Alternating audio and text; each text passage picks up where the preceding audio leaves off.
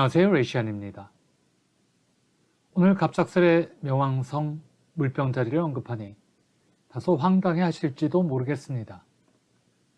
그러나 오늘의 주제는 점성술이 아니라 시대변화의 청사진입니다.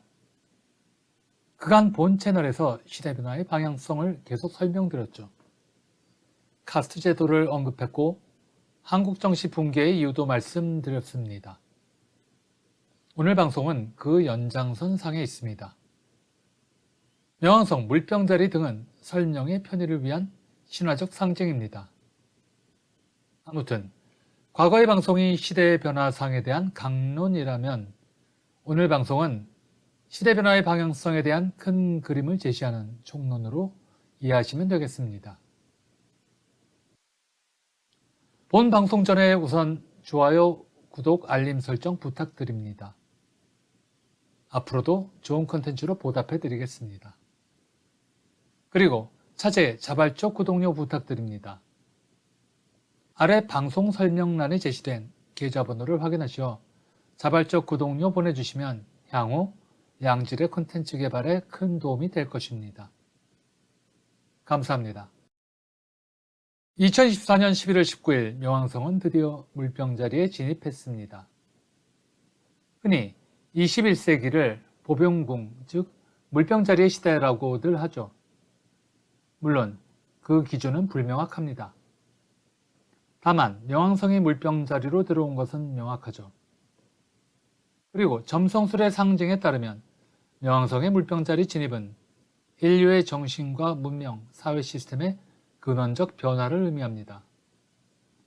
바로 현재의 세상이 혼란스러운 이유를 설명합니다. 비록 신화적 상징이지만 명왕성과 물병자리의 상징 체계를 통해 현재의 혼란상과 미래의 변화 방향을 이해하는 것이 오늘의 주제입니다. 명왕성이 물병자리에 진입했다는 개념은 물병자리에 명왕성이 어떠한 영향을 미친다는 뜻입니다. 물론 물병자리가 의미하는 바는 각 개인별로 다릅니다. 어떤 이에게는 자녀이고 어떤 이에게는 돈이 될 수 있죠. 그러나 각 개인별 의미와는 별개로 물병자리만이 가지는 본질적 의미가 있습니다. 그리고 명왕성은 물병자리에 진입하여 물병자리의 의미를 변형시킵니다. 이렇게 이해하시면 됩니다. 물병자리는 워터베어러라고 불리지만 물사인이 아니라 공기사인입니다. 공기사인은 인간 또는 인간관계를 의미합니다. 공기사인에는 물병자리 이외에도 쌍둥이, 천칭자리가 있는데 쌍둥이와 천칭자리는 친구, 가족 등 개인적 차원의 인간관계를 의미하는 반면 물병자리는 국가, 민족, 회사 등 공적 사회 시스템 자체 또는 공적 조직에서 나타나는 인간관계를 의미합니다. 서열과 지위체계가 있는 조직을 상징하죠. 더불어 물병자리는 인간의 이성 또는 영성 등 다른 생명체와는 차별화된 인간만의 정신활동을 상징합니다. 여기서 물병자리에 차별화된 정신활동이란 영성, 가장 고차원적인 이성과 지적 능력을 의미합니다. 그리고 집단적 차원에서는 고차원의 정신 문명을 상징합니다. 철학, 과학, 종교 등이죠. 예를 들면 유럽의 산업혁명과 계몽주의는 명왕성의 물병자리 진입 즈음 본격화되었는데 인권을 확립하고 과학기술을 발전시키며 종교 기득권에 도전했습니다. 한편 같은 시기에 동아시아에는 천주교가 확산되며 기존의 사회질서와 정신문화에 혁신을 가져왔습니다. 앞서 물병자리는 사회 시스템 또는 공적 조직의 인간관계를 의미한다고 했습니다. 따라서 물병자리는 법과 관습, 사회적 의무 등을 상징하죠. 즉, 국방, 납세의 의무 등 법적 의무는 물론 가족제도, 종교, 관습법 등 사회적 규율도 뜻합니다. 또한 물병자리의 집단성은 사회주의의 상징으로 이어집니다. 평등을 추구하면서도 나보다는 우리에 집중하는 사인이 바로 물병자리입니다. 한편 물병자리는 과거와 미래를 상징합니다. 반면 현재는 무심하죠. 이는 물병자리를 함께 다스리는 토성과 천왕성이 각각 과거와 미래, 전통과 최첨단을 대변하기 때문입니다. 토성은 과거지향적입니다. 꿈처럼 사라져버린 에덴 동산, 고대의 비밀, 전통 문화에 대한 그리움을 상징합니다. 반면 천왕성은 아직 오지 않은 그러나 곧 다가올 희망차고 이상적인 미래, 영원한 것들, 최첨단의 것들을 갈망합니다.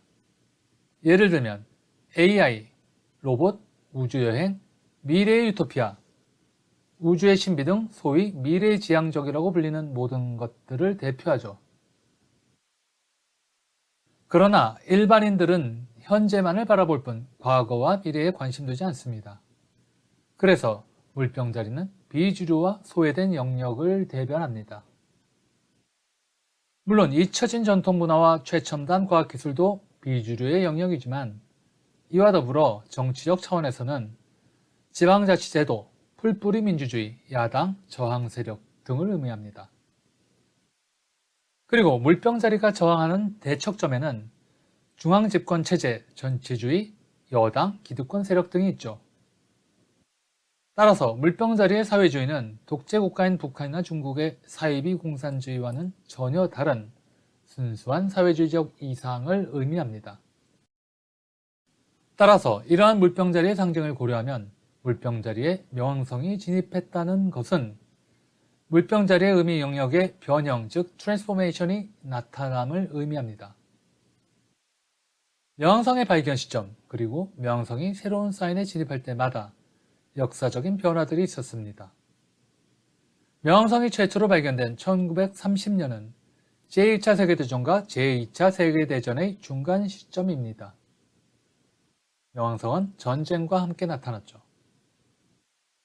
명왕성의 염소자리 진입 시 리먼 사태가 있었습니다.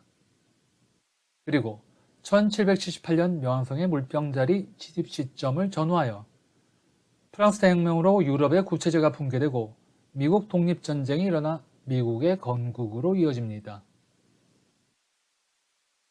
명왕성은 태양계의 9번째 행성이었지만 지금은 행성의 지위를 박탈당했습니다.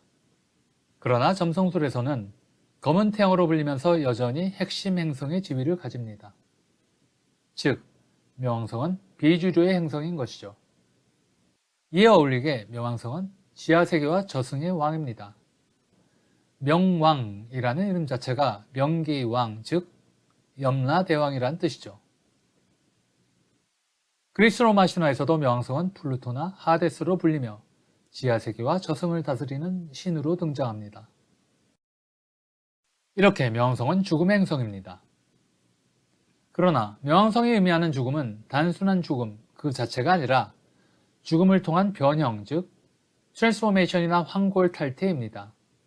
다른 말로는 죽음과 재탄생 또는 부활, 환생입니다. 즉 무의미한 죽음이 아니라 새로운 모습으로 다시 태어나기 위해 죽는 것이죠. 씨앗이 땅에 묻혀 죽어야 봄에 싹을 틔웁니다.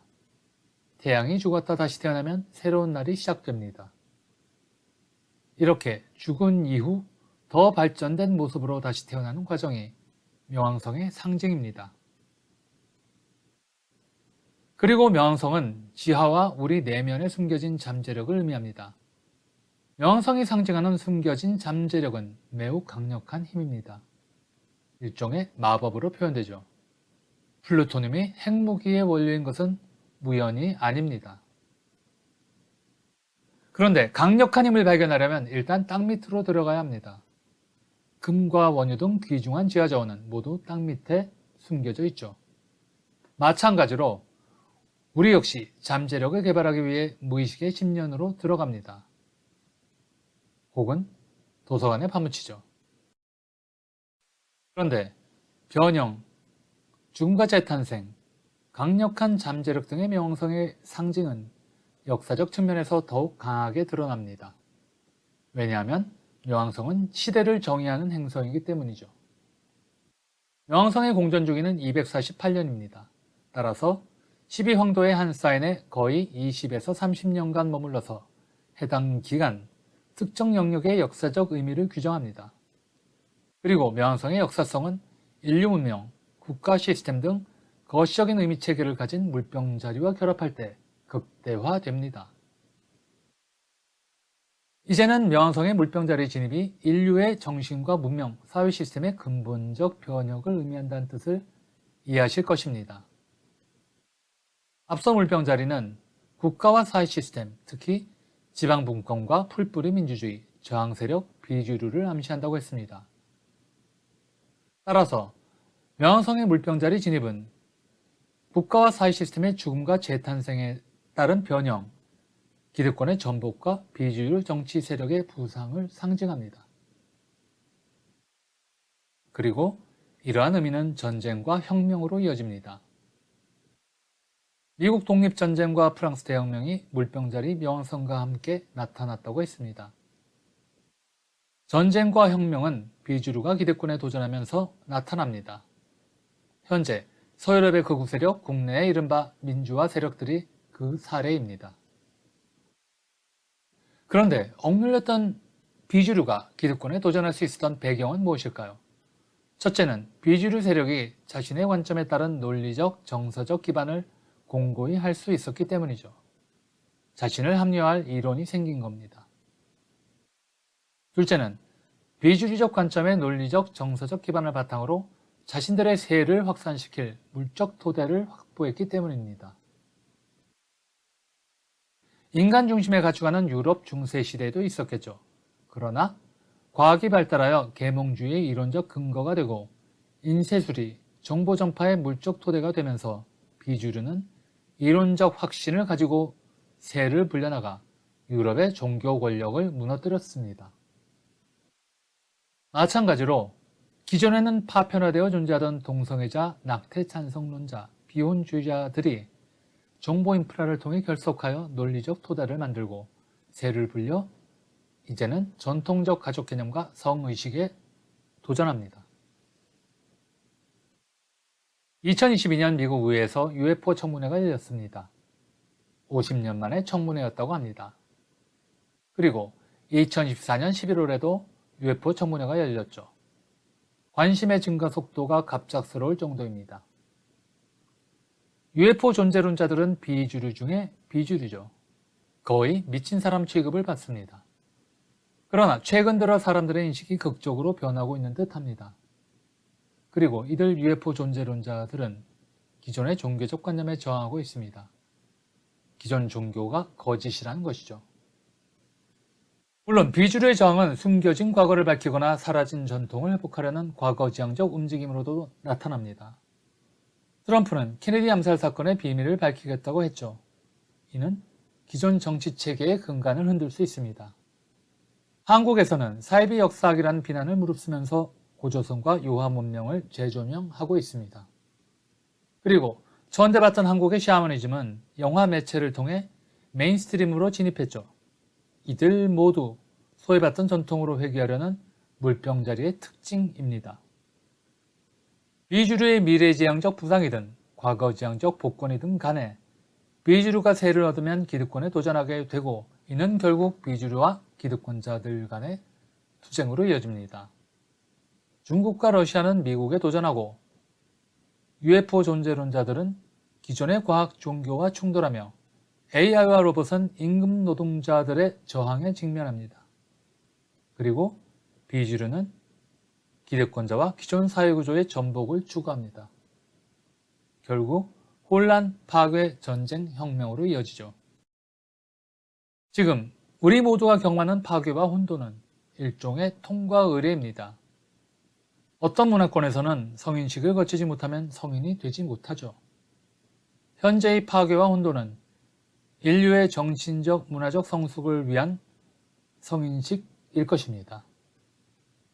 결국 세상은 변합니다.